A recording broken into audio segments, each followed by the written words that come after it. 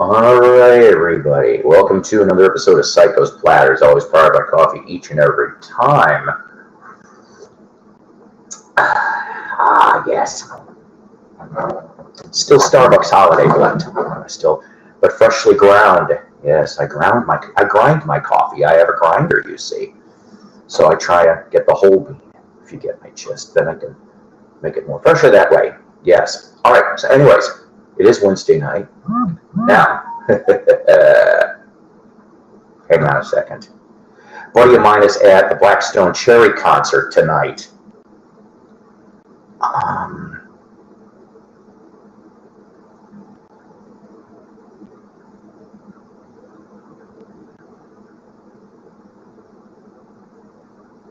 Sorry, hang on a minute.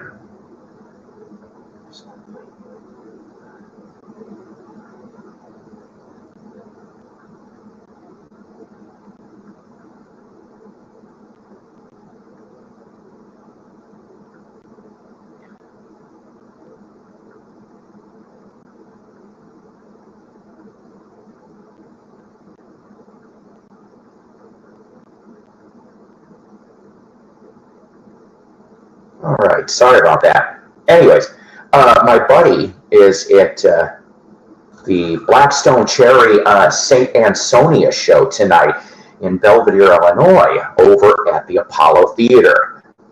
Yes. Hi, Mick. How you doing? If I can't go to a show, I try to do the same thing for him. If there's any reasonably priced autographed CDs on the table, and he told me that there was signed Blackstone Cherry for $15, and I'm like, please and thank you. And then if you don't know who St. Ansonia is, go check that out. But let's see. So one of the guys from there was in 3 Days Grace, and there's another member from another band, for the life of me, and I cannot remember whoever that other one came from. Hey, been a while since I saw you. Good evening.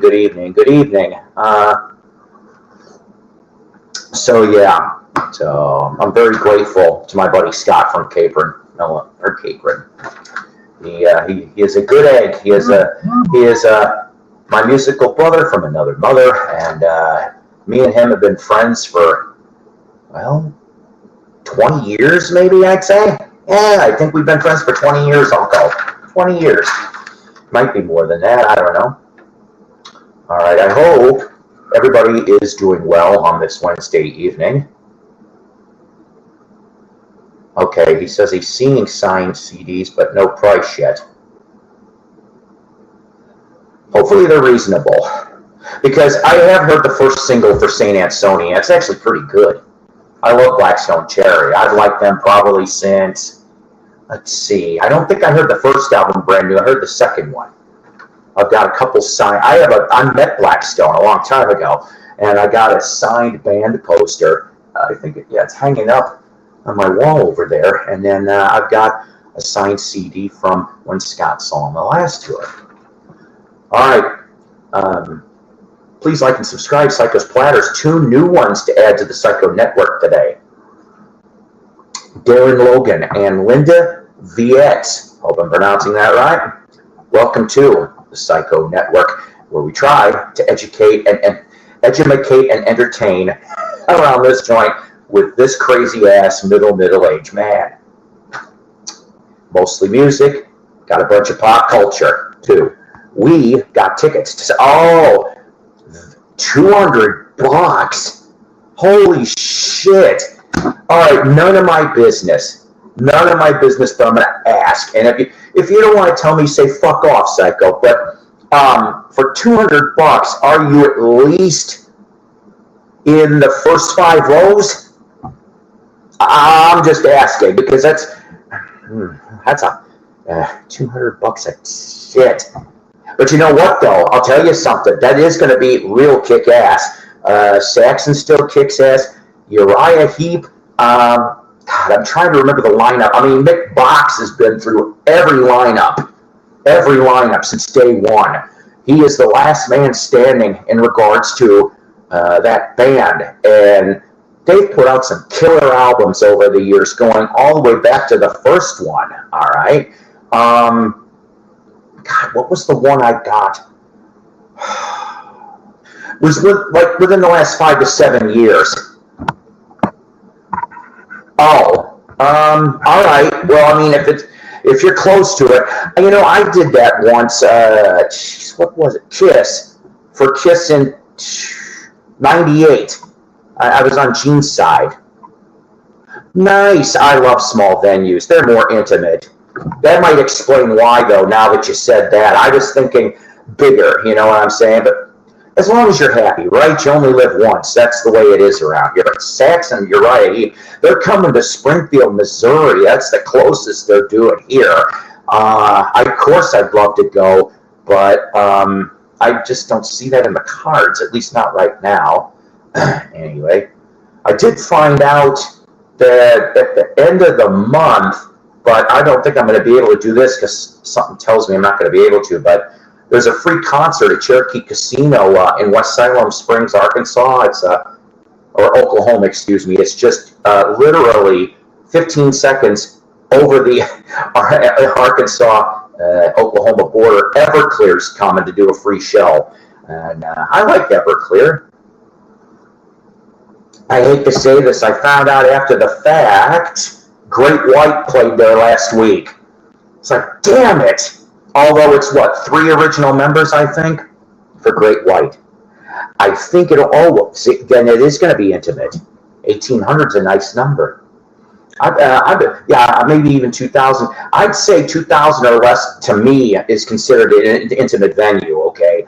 A lot of the play, like the Walton Art Center down here, I'd say that's 900 to 1,000. I think could seat in there. That's indoor. Although now they did some remodeling though, so God knows there might be more. There is a very cool concert that I'm on the fence for right now. Lee Rocker from the Stray Cats will be down here, not this coming Saturday, but the following Saturday, the evening of March 2nd, which hopefully, barring anything stupid, Doug Fields, host of the Vinyl Grotto, and myself, the Mighty Psyko, will be at the 4-State Record Show in Carthage, Missouri, which is near Joplin, Missouri. And all the dealer tables sold out, and there will be a celebrity vinyl seller, John Humphrey, from the drummer of the band Seether, will be selling too. Hi, Will. How you doing? Andre? Exactly. What do you mean, hope that's okay? I'm not the coffee police. Can you imagine somebody busts into the Starbucks? He's drinking his latte wrong. Arrest him. Oh, no shit. Now, Adam Ant, I would like to see. Hopefully, though, hopefully it's not one of those desperate but not serious occasions.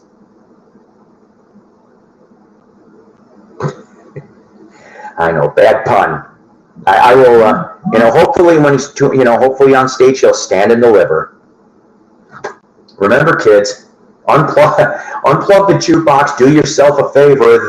That music's lost its taste. Go try another flavor. Ant music. I love Adam Ed. That's a prime example of the new romantic look. I tried to bring that up, I think, in the Village People Jukebox from Hell, when they attempted to go new romantic on the Renaissance album cover, or Kiss during the Elder Days. Different, but I didn't want to see that. Look at you. Yeah, see, I like that pun. But Phil Collins does drums on at least an Adam Ant song, if not more than that, on the album Strip. Phil plays drums on Strip, by the way. See, you got an Adam Ant Phil Collins connection. Maybe you could win a bar bet somewhere down the line.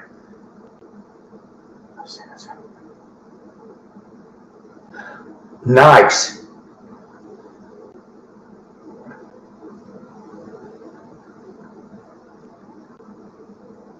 Sorry, hang on, guys.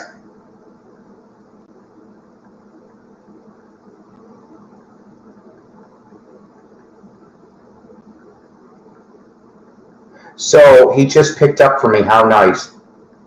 He got me one signed Blackstone, it looks like, and one St. Ansonia at reasonable prices. So Psyko loves autographs. I'm a sucker for that stuff. Signed albums, signed CDs. Eventually, maybe in a future episode, I'll show you some of the signed albums that I have, that I met these people personally, and some of them will come with photographs. How about that? So yes, Adam Ant. I would love to see Adam Ant. I don't think Adam Ant's coming anywhere close to me though, because I know that my executive producer, Donna Jo Catlady, would love to go see Adam Ant. You know, she's on this David Bowie kick right now, which there's nothing wrong with that. I think that's great. She didn't even know about Tin Machine, so I put that to her too. And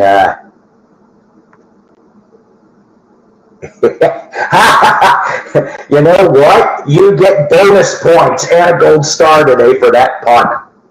Yes, you do. Or what was it? Marvel Comics. You get a virtual no prize for that pun. I'll be thinking about that now on and off all day. What's left of it. All right. This episode is dedicated to, in tribute, oh boy, 2 people so far. So I hope I can pronounce this name right, because I tried. I'm just going to throw it out there. Vitalij Kuprich. God, I hope I'm right on that, or pretty close. Keyboardist to Trans-Siberian Orchestra since 2009. Passed away. He also was in a band called Ring of Fire in the early to mid-O's, and others too. And also, shortly before getting ready to film, Bobby Tench is also gone too. He's sung in a lot of bands, but basically early 70s Jeff Beck group, and early 80s, if I remember right, Humble Pie. Okay, so Bobby Tench also passed away. Please say prayers for Mike Panera of Iron Butterfly and Blues Image and Alice Cooper. He has liver disease and he is waiting for a liver transplant. That is what I'm hearing. We already talked about the record show. I'm like David Wonderman. We'll get to those. All right, I'm going to show you vinyl finds. Now, I know you may be asking yourself, and even if you didn't, you're going to find out the damn answer anyway. Why did I title Ray in an Odyssey with Batman? Ray in an Odyssey with Batman. So, boy, did I end up finding some very cheap vinyl. Take care. When you got time, watch the replay. I'm only going to be on for an hour, so there'll be some fun. There'll be vinyl finds in a minute here. So thank you for stopping by. And that concert's going to be kick-ass. Hopefully we'll talk more between now and then. Anyways, so I ended up, I got like a steal of a deal, pretty much 50 cents a piece for these albums. Couldn't screw this up for the life of me, in my opinion anyway. So we get to the first part of the title. So Ray is going to be Ray Charles, that's right. The genius sings the blues on Atlantic. Now, I have to say this much. The albums are in relatively really great shape. They really are.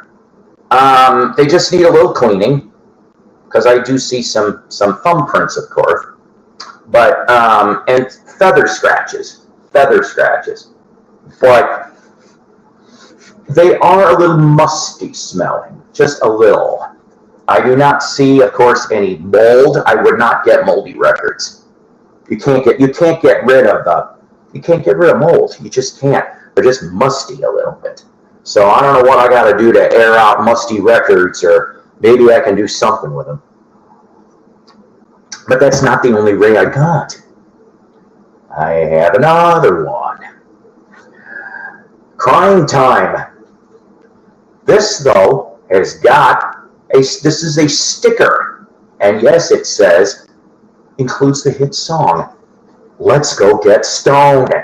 Yeah, let's go get stoned. I bet you there's a lot of people out there like, yeah, let's go get stoned, Ray. And then let's see this time frame, it would look like that. Okay. Once again, really beautiful condition on this one. This one's near minty, I can tell you that. And then last ray, another ABC Paramount. Ingredients in a recipe for soul. Here's the front, here's the back, and also once again, we've got that. All right. All right, we get to the second part of the title. Ray and an Odyssey with Batman. Never heard of these guys, but I took a chance. For 1977, Odyssey, all right, gold stamped promo. I don't know a lot of information about these guys. I really don't. Although I see that Sandy Linzer is involved, and he, in the late 60s, like 67, 68, I think, he was in a band and did a couple singles for Columbia Records. He never did an album, just a couple singles. So other than that, and I see, oh, okay, yeah, good. All right, I'm right. All songs written by Sandy Linzer and Denny Randell. So Linzer Randell group, if you will, had some really interesting songs. And the reason why, and there's a very weird monkey connection. Can you imagine that? That's not much of a surprise, is it? But Sandy Linzer and Denny Randell. Now this was back in the transition years. Okay, so we're talking 66 going into 67. Between the second album and what originally would have been the Monkees' third album for Kirshner before he got himself axed. And they did send some demo tapes to the Monkees. They did. One of them was called Sugar Man. Another one was called I Want to Be Your Puppy Dog, which that's just a very odd song. That song sounds more like something you would hear on the Banana Splits or Lancelot Link. Okay. But the one that I could see actually have been a Monkees tune was Love is on the Way. I could see Mickey singing that one. But so on RCA, excuse me 1 second, please. I'm going to get some more coffee. Like I need more coffee, like a hole in the head.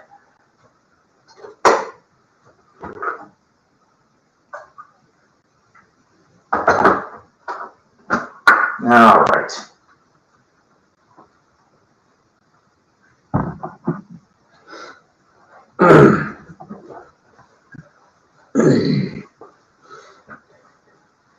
Okie dokie. Got two more. Oh, excuse me. And then got a little Southern rock. See, yeah, but that's the thing, though. I've heard that tale, but who was it that oh, God. I read an interview where it was Sugar Man, because Sugar didn't come out. I don't even think it was written until like late '68. So I mean that sounds like a better story though, Terry, right? It really does. I still couldn't see them.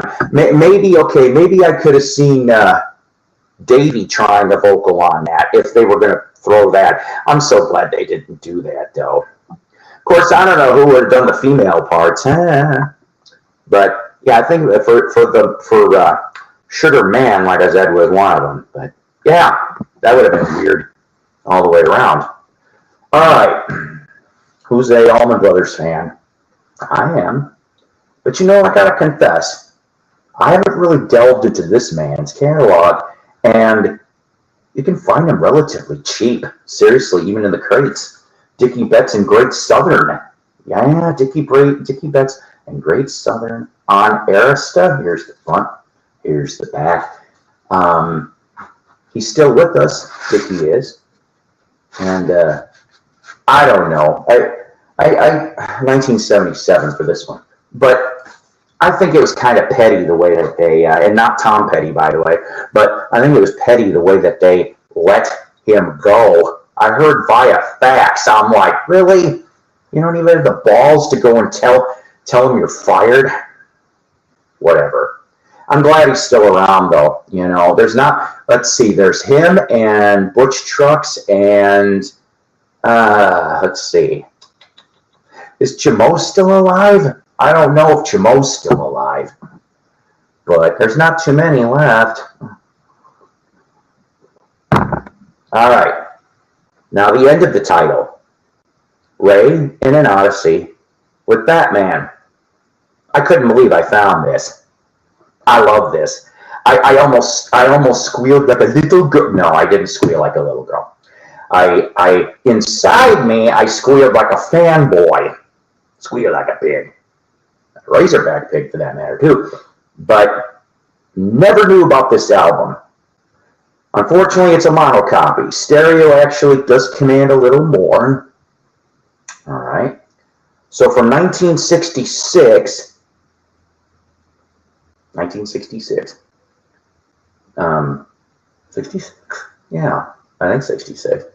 It's either that or it's very, very early 67. I'm not sure. On 20th Century Fox Records, exclusive original television soundtrack album from the Batman TV show. That's right. I didn't even know this thing existed. Quick, Robin, to the Batmobile. Look at that. Just look at that. And look at this, too.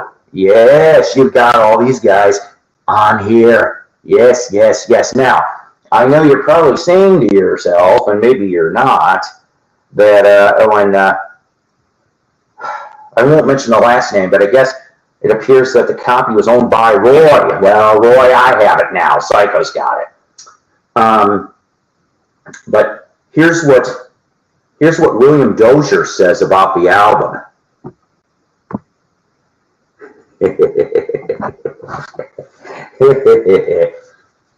William Dozier says, bringing to television Batman, a top-selling comic book for almost 30 years, presented something of a challenge to me and Lorenzo Semple Jr., the principal writer. We were determined to preserve all the wonderful and revered flavor of the comic books and of Bob Kane's immortal characters, yet we also wanted to add an element of hip humor to amuse the adult viewers, and we regard almost everyone over 15 as an adult in this context.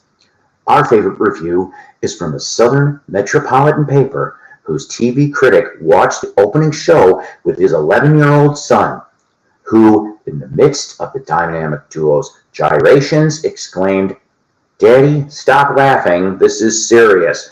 Holy reaction, William Dozier, executive producer. Where's Batgirl? Yeah, I know. She's not here yet. This is a season. Oh yeah, let's talk about the contents because this is season 1. This is a season 1 album. So on this thing, it's sound bites. All right. So you've got it's Adam West, Burt Ward, and then you also get guest villains: the Penguin, Zelda the Great, Mr. Freeze, and the Riddler. All right. So you're going to get Frank Gorshin, Burgess Meredith. See who is this? Who is the Mr. Freeze in this one? Hang on a second.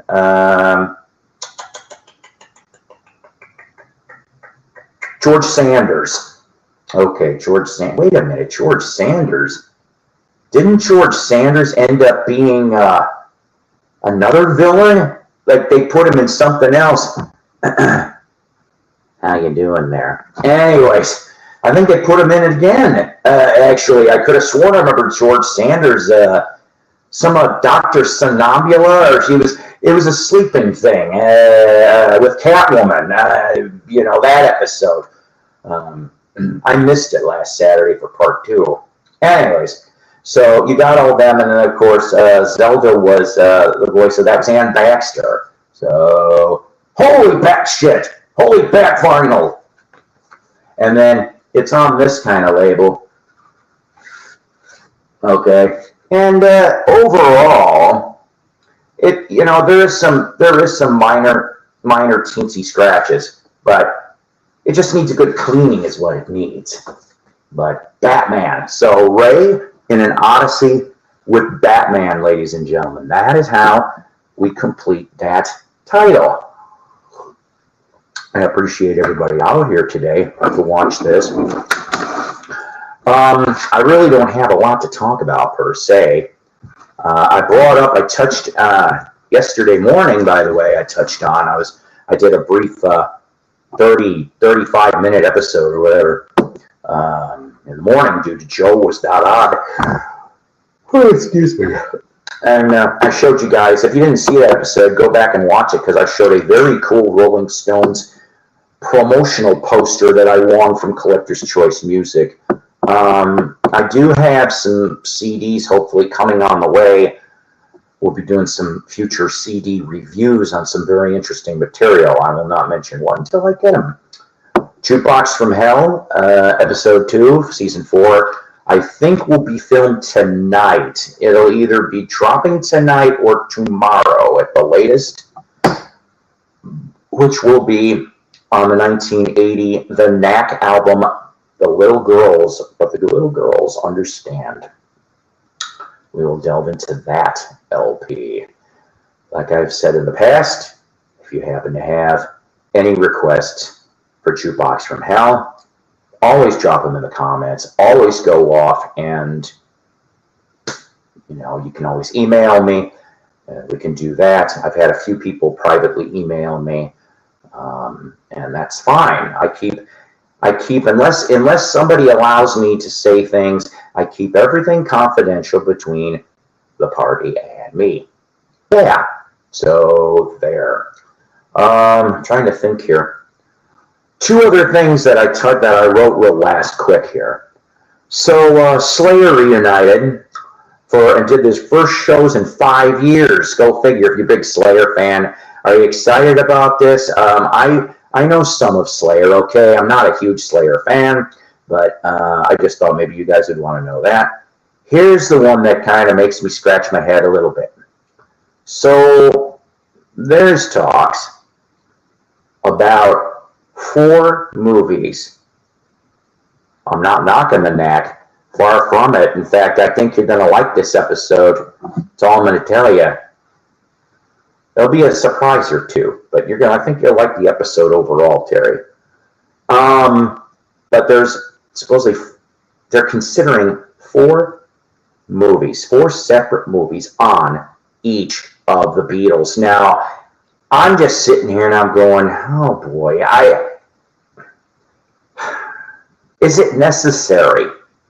Is it really necessary? I mean, I love the Beatles. I love them all. Okay, all 4 of them.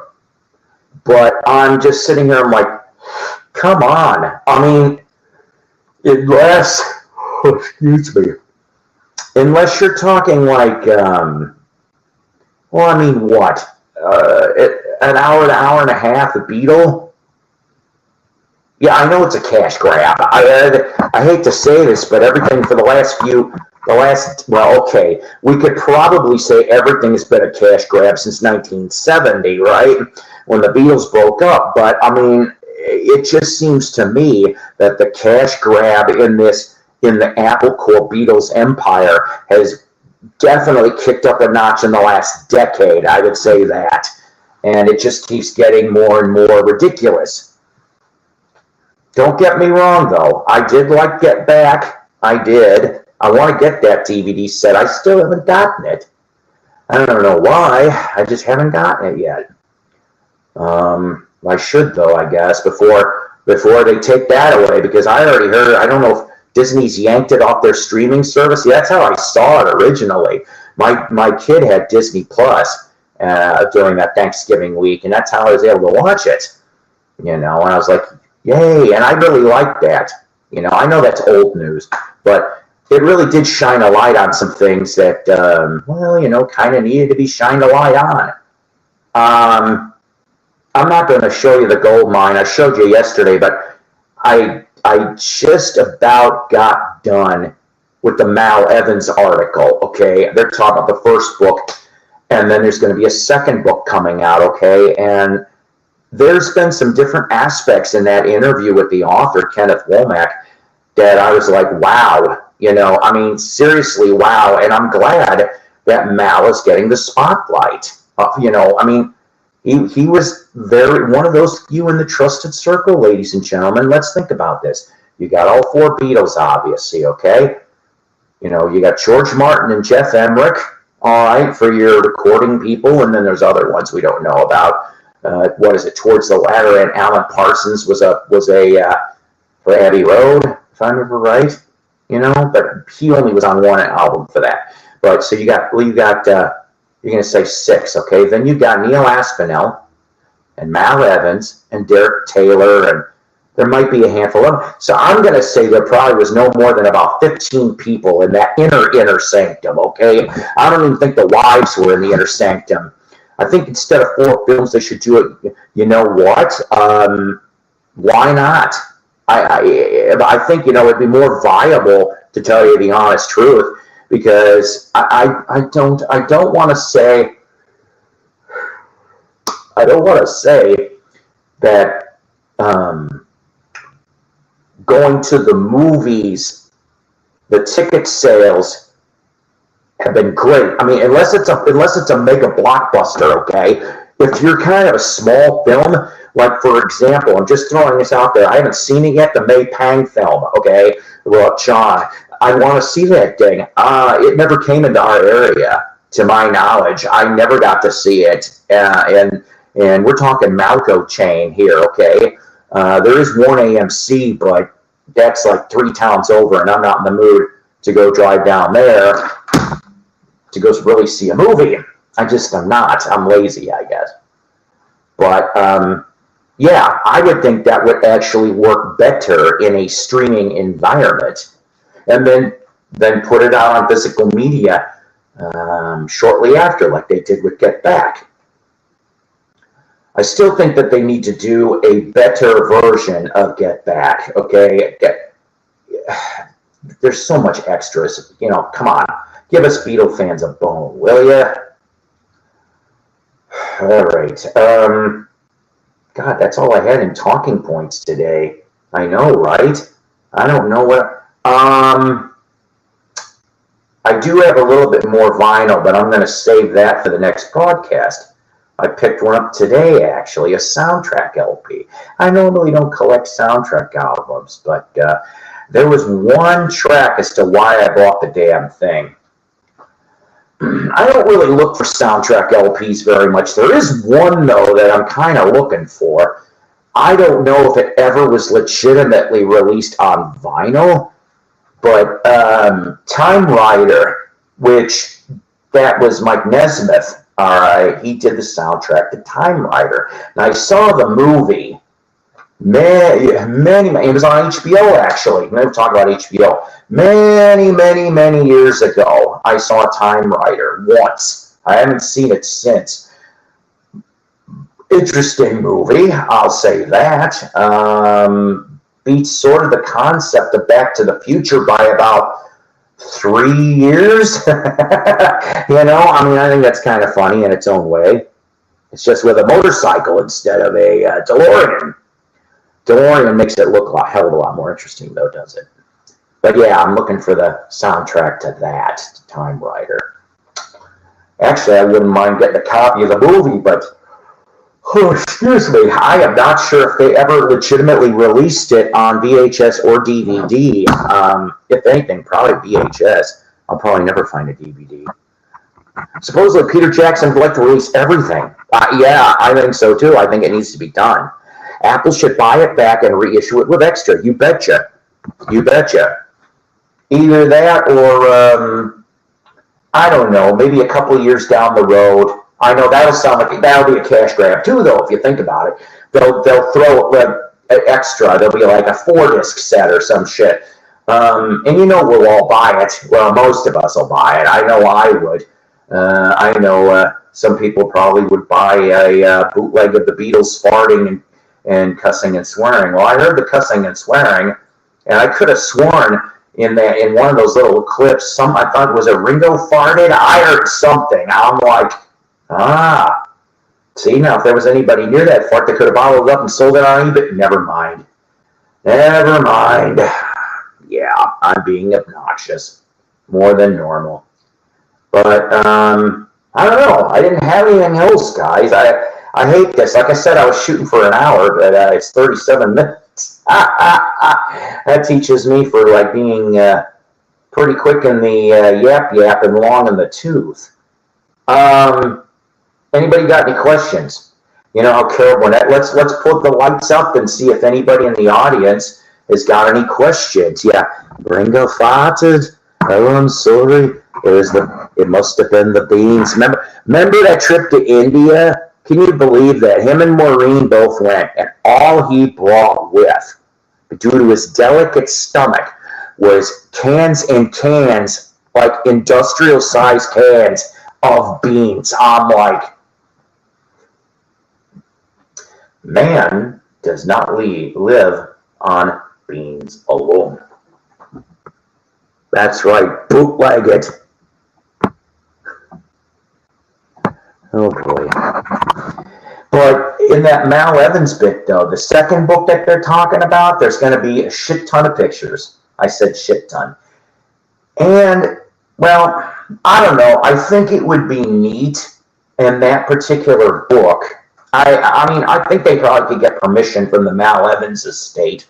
His kid, I know, was interviewed for these books and such, or at least for the second book. And I think it'd be neat if they could put an audio CD of some clips, because he did record hours and hours of his memoir. And I think it'd be neat to hear it in Mal's voice, to kind of as an extra for that, so we could get a little bit more interest in that. Oh, let's see. Oh, well, there's only 3 bands tonight, huh? I wonder who the opener is for St. Ansonia. Anywho, they didn't mention too many concerts coming down this area, at least ones that I have heard of. Amp's got a full concert season. Late August can't come fast enough for that Loverboy / Sammy Hagar, Joe Satriani, Mike Anthony, Jason Bonham show that I won tickets to. Yes, I'll get to go see Sammy and Mike and Jason again, because I saw them before in 2 different things. Satch will be the only one I've never seen before, so that will be pretty cool. I never got to see Satriani. Now, I met Stu Ham. I did. I met Stu Ham. Let's see, what was it? It was Jeff Berlin, Stu Ham, and Billy Sheehan. And I met all three of them. And you know, they had a thing called the 3B tour. Remember how they had the 3G tour for the guitars? Well, they had a 3B tour, and that was your three basses. I'll show you guys someday. I have a picture with all three of them. And of course, Billy's got to look like the rock star, right? Truthfully, Billy was also the quietest.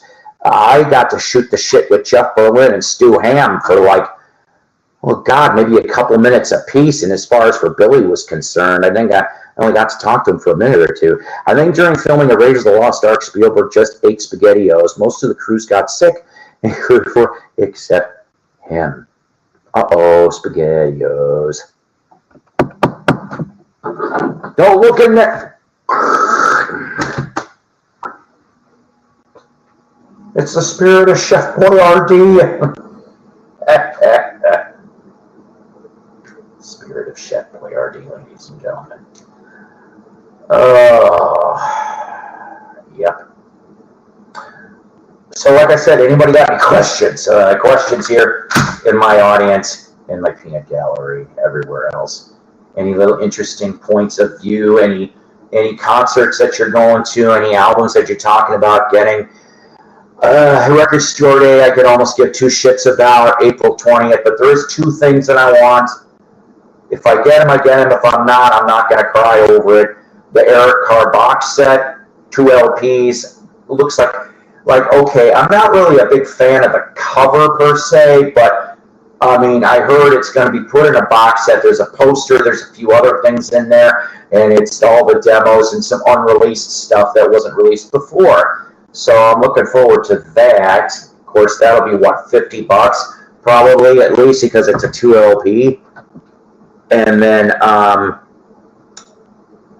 Friday Music is going to do a mono copy of Birds, Bees, and Monkeys and Coral Vinyl. Paul, what are you currently listening to, albums or songs? Well, let's see. Other than that Knack album that I went and spun for the jukebox episode, let's see, what else did I play earlier in the week? Davy Jones's first album on Bell. I went and spun that again. I may end up getting that Bell Records story for Davy on 7A, but I'll get it on CD because, I mean, I've already got the original vinyl. Why should I get that? Even if it is a gatefold, I'm not going to spend that money if I already got it, and I got a nice clean copy of that. What else did I listen to? That Jack Bruce solo album, the first one. That one was pretty damn good. I'll tell you, I recommend that. And let's see, also the Alvin Lee Mylan Lefebvre Road to Freedom album from '73. A lot of guest stars on that one. George Harrison shows up too, Ronnie Wood too, and a bunch of others. So that's what I've been listening to in the last week.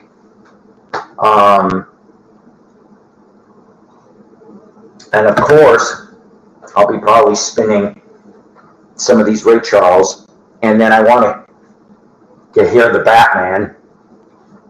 Holy Bat vinyl! The vinyl is made in bat guano color. Oh, gross, bat guano. And then, like I said, I'm curious about this Odyssey album from '77. I like finding odd shit, you know. This is the thing, though, okay, is that if I can find what I call cheapy crate albums, what's that to me? $2 or less, maybe $3. Because sometimes when you find, you know, there's some places they'll be like, hey, $3 each or 4 for 10, and I'm like, all right, you know, so to give a $10 bill, you could get 4 albums. That's not too shabby, you know. I mean, it's like musical roulette if you don't know what you're looking at, but it's like, you know, for me anyway, worst comes to worst, if I think the album is shit, I just go put it in my future sale to sell box. So it's not like I really wasted any money.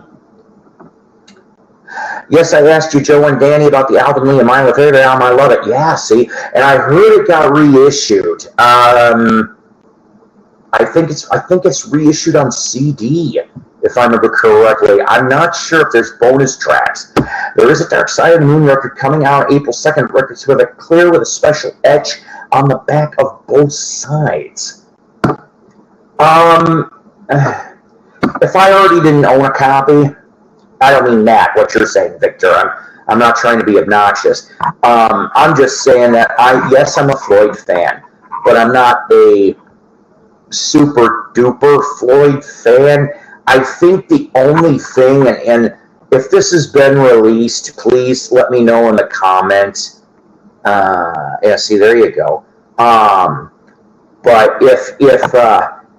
okay, so like, I'm sorry, my thoughts are all jumbled. You know, I've been like this now for about a week or two. I don't know if it's because of the depression mixed in with, I really just, my head, I cannot seem to get the noggin going right. I don't know what my problem is, guys. I'm sorry. So forgive me if I'm a little more sounding senile than usual. But what I was getting at is that I think in the UK, if I remember correctly, back in Dark Side in 73, okay, that they made quad tapes.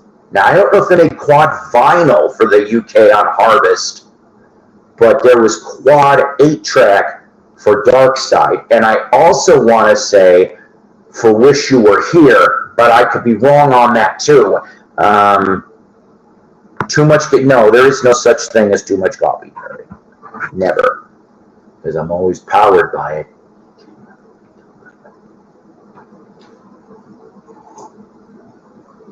But I would, in other words, what I was getting is I would love to hear the quad mixes of those two albums. I don't know if they're legitimately released on, you know, like bonus tracks on a CD or something. I certainly would love to hear those. I don't know what it is about quad mixes, but they kind of fascinate me.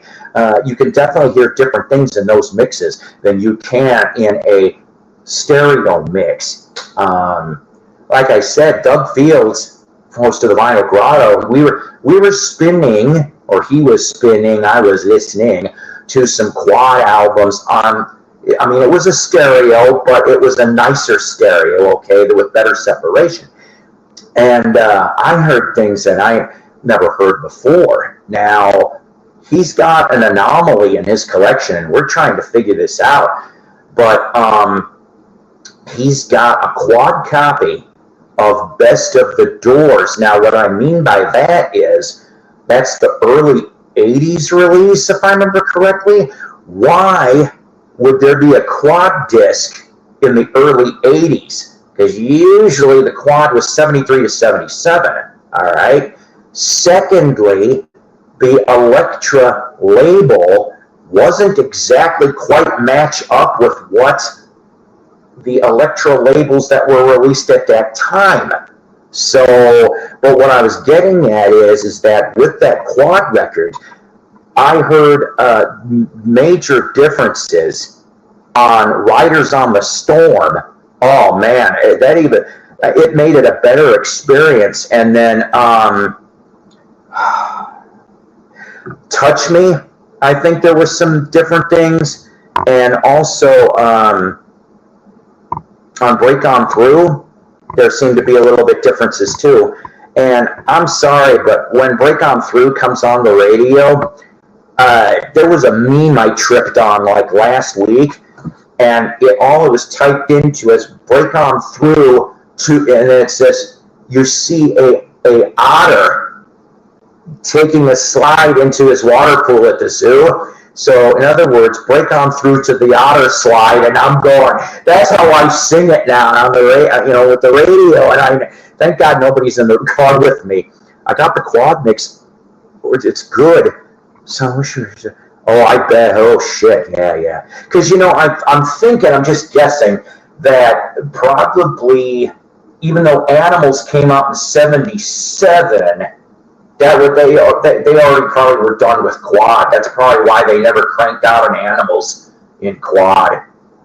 Could you imagine that in quad? You know, with sheep and pigs and all that. Yeah, that album is a strange animal, a strange album, but I kind of like that one too. It's starting to grow on me. Animals.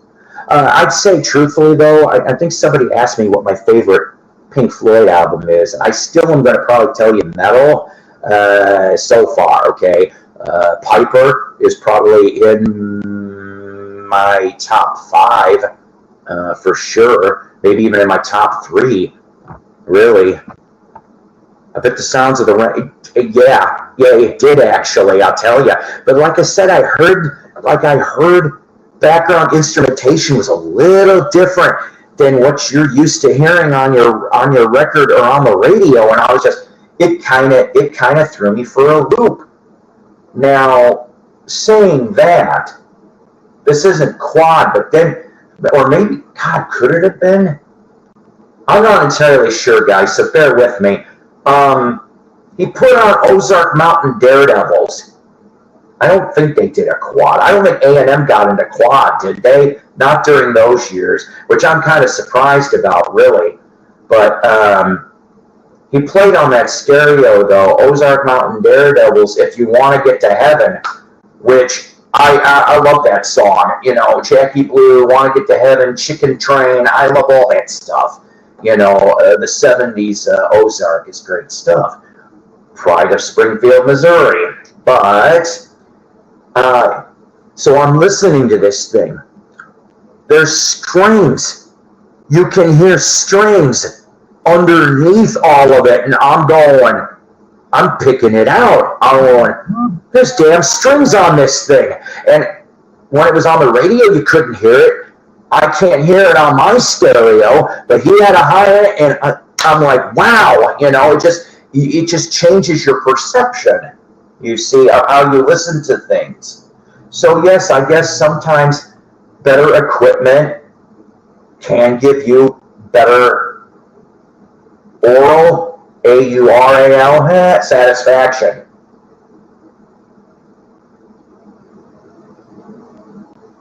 Okay, the third band is Any Given Sin. I don't know who that is.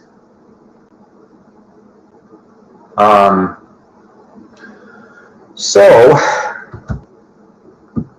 I don't know. I didn't spend a lot on my system. That makes sense. And if I remember correctly, Final Cut, which came out in 82, am I right? 82, 83?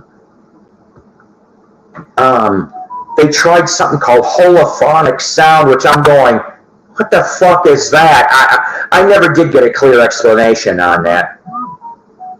Okay. Now, I have to tell you, Victor, and everybody else out here, no, I've never heard Aqualung and Quad. I'd love to hear that, actually. I love that album. I'm not an audiophile. I'm kind of ignorant. I'll admit that.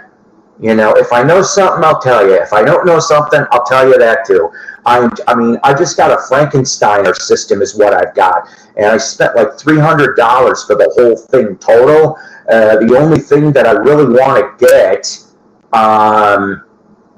is a twin cassette and a tuner. I want to get a tuner.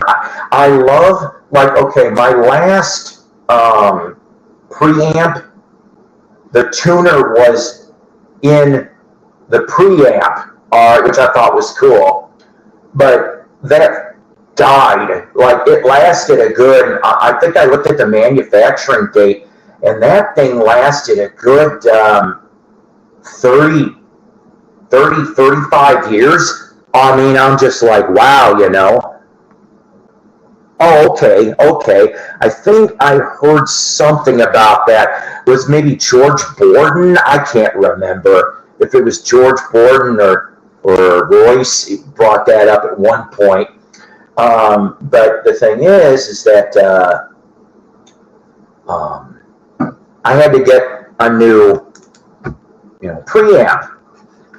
So I found a Denon for $60. It was early 80s.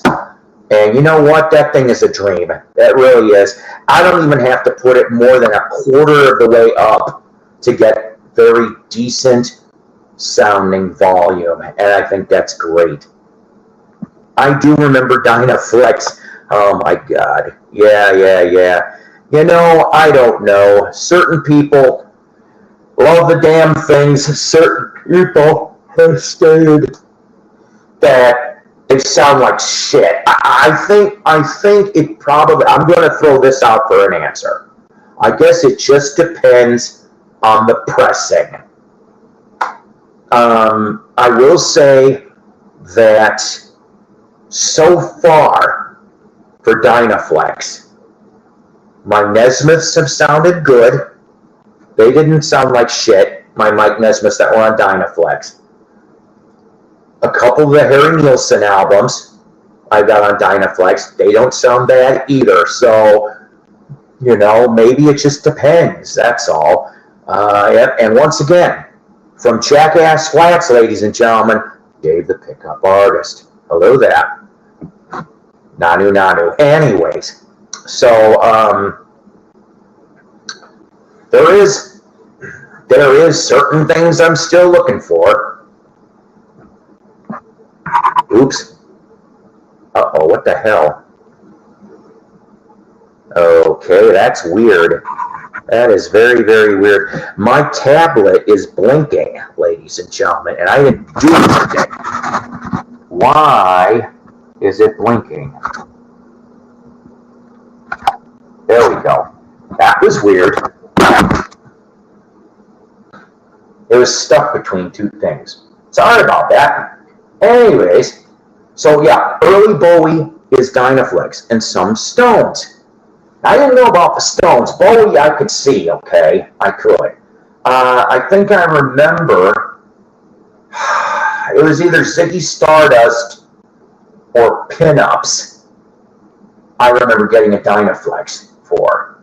And that sounded all right. So, I don't know. Maybe people were full of shit. I just heard different things, you know. But then again, everybody's ears are different, okay? Like snowflakes, no two are the same. And, you know, everybody's going to have their own opinions on things. But going back to Monkeys, yeah, the oil shortage. That was the reason for the whole Dynaflex in the first place. Let's see. I said, and Elvis. I didn't have too many Elvis albums on Dynaflex. I think one or two, and they were okay too, I guess. But in my quest for Monkeys albums, because like I said before, I have all 9 original Cold Gems studio LPs. All right, still looking for an original Birds, Bees, Monkeys in mono. The Friday music one will have to hold me over until I can get an original press. I want a damn original press. I've got mono stereo on Monkeys, More Than Monkeys, and Pisces Aquarius. Birds, Bees, Monkeys was the last mono monkey album in the United States. After that, because there was a discussion, I was talking about Head. Now, Head was not released in mono in any country, but there were mono mixes for Porpoise Song and As We Go Along, considering that was the only single that came off of that album. Yeah, and the big cars went the same way, you're right, too, because after that, they shortened them up, didn't they? I remember those gas guzzlers. One of my first technical car was a 1970 Buick LeSabre. That was in 1986. 86. Okay, and then we won't talk about what the hell happened to that thing. I didn't do it either. It was my future brother-in-law, jackass. Speaking of Jackass Flats, he probably needs to get sent to Jackass Flats. But the one that I thought was really neat, and it lasted till about almost 230,000 miles, was my 71 Seafoam Green Impala. It was speckled paint. I know there's a particular name for that kind of paint, but it was pretty damn wonderful looking, and it ran like a dream for quite a while. It did.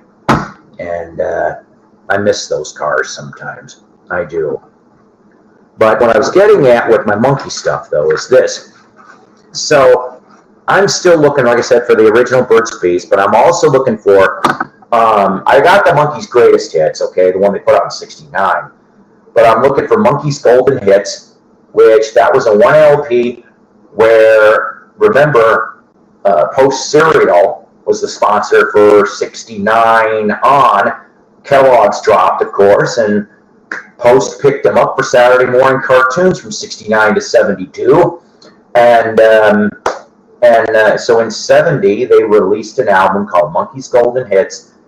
The coupon, you had to get it from Post Cereal inside specially marked boxes. You mailed it. If I remember correctly, it was Bradley, Illinois. That's where you had. That was where the warehouse was. And you mailed in that thing along with, I think, $1 or something, or 50 cents or whatever the fuck. And they would send you Monkey's Golden Hits. I have never physically seen one. I want one.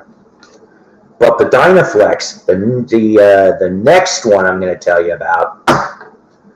So, Barrel Full of Monkeys, 1971. That was the last thing Cold Gems released. January 1971. It was a 2 LP compilation, and I don't like the cover. I think it's dumb looking, but whatever. I get the pun. But that was released on Dynaflex. But it also was the last release Cold Gems Records did before they shut down. And then, of course, Bell Records took over the Cold Gem Monkeys master recordings, which is how in 72 you get Refocus, which I have that. Got that real cheap from an eBay person many years ago. So I've got that one too. But yeah, so Dynaflex. I remember though that Doug had a copy of it, and I got half excited. And then he showed me the condition of the vinyl. Oh my God. That's the thing though. The Dynaflex, you better not scratch the Dynaflex. That much I'll tell you, because that could really screw up your records for sure, as opposed to regular vinyl, because your Dynaflex was thinner and therefore will definitely go deeper in those grooves, right? I mean, it just seems logical to me anyway. All right, ladies and gentlemen, let's see. So I'm going to wrap this up in a minute or two. I had a dozen people in here. I appreciate that a lot. I don't know who's on tonight.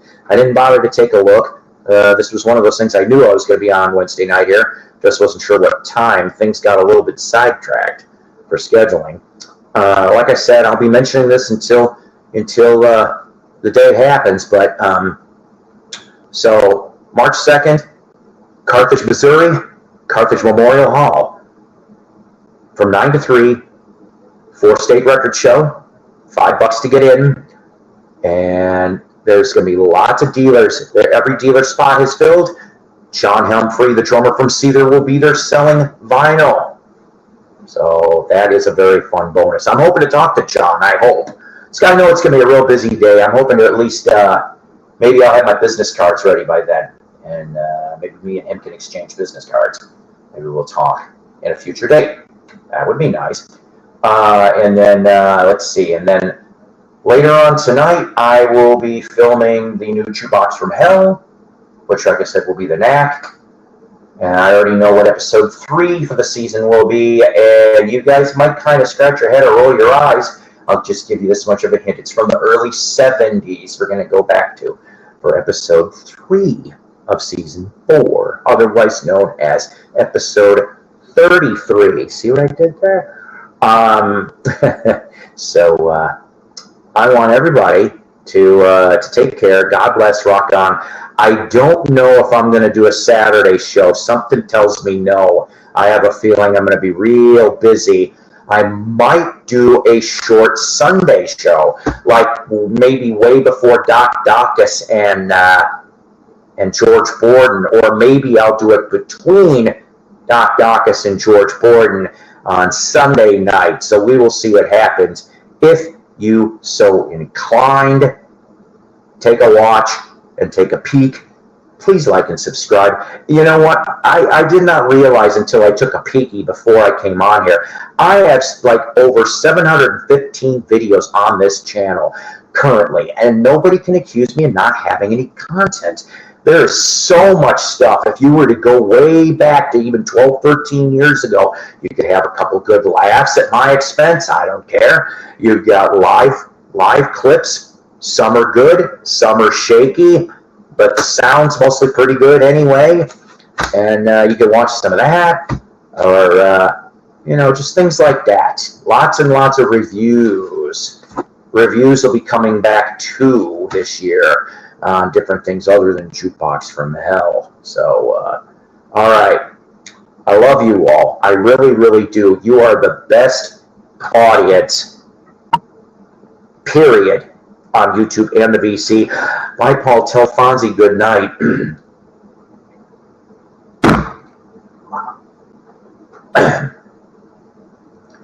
Good night, Fonzie.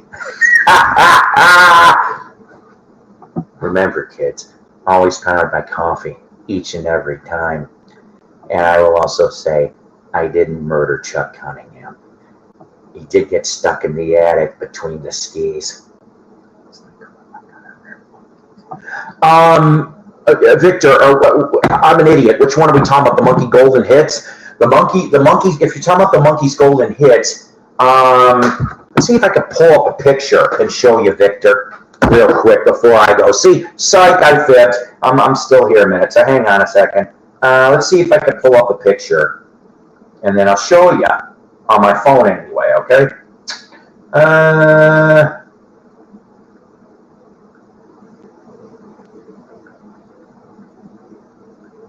Da-da-da-da-da-da.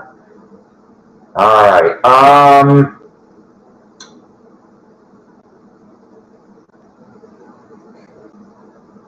Let's see if I can do this.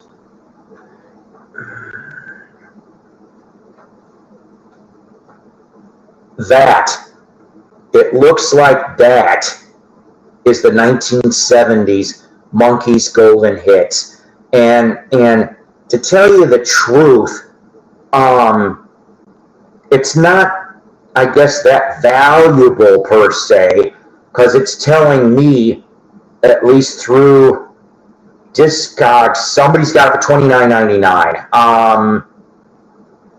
So maybe I might just be able to pull the trigger. I don't know. I just would rather find it in the wild. I'm going to wait and hold off at least till the record show. I'm hoping to find some things at the record show. I'm also looking, of course, for the 1970 45 Beatles, Monkeys, Oh My My / I Love You Better. That was the last Monkeys Cold Gems 45. I'm looking for that too, especially with the picture sleeve. That's right. But I will settle for either or both.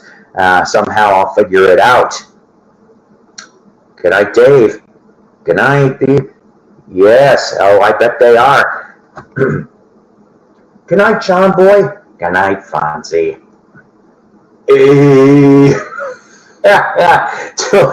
Oh, boy. And the Church of the Fonz says, I love you guys. Take care. Well, like I said, hopefully Sunday.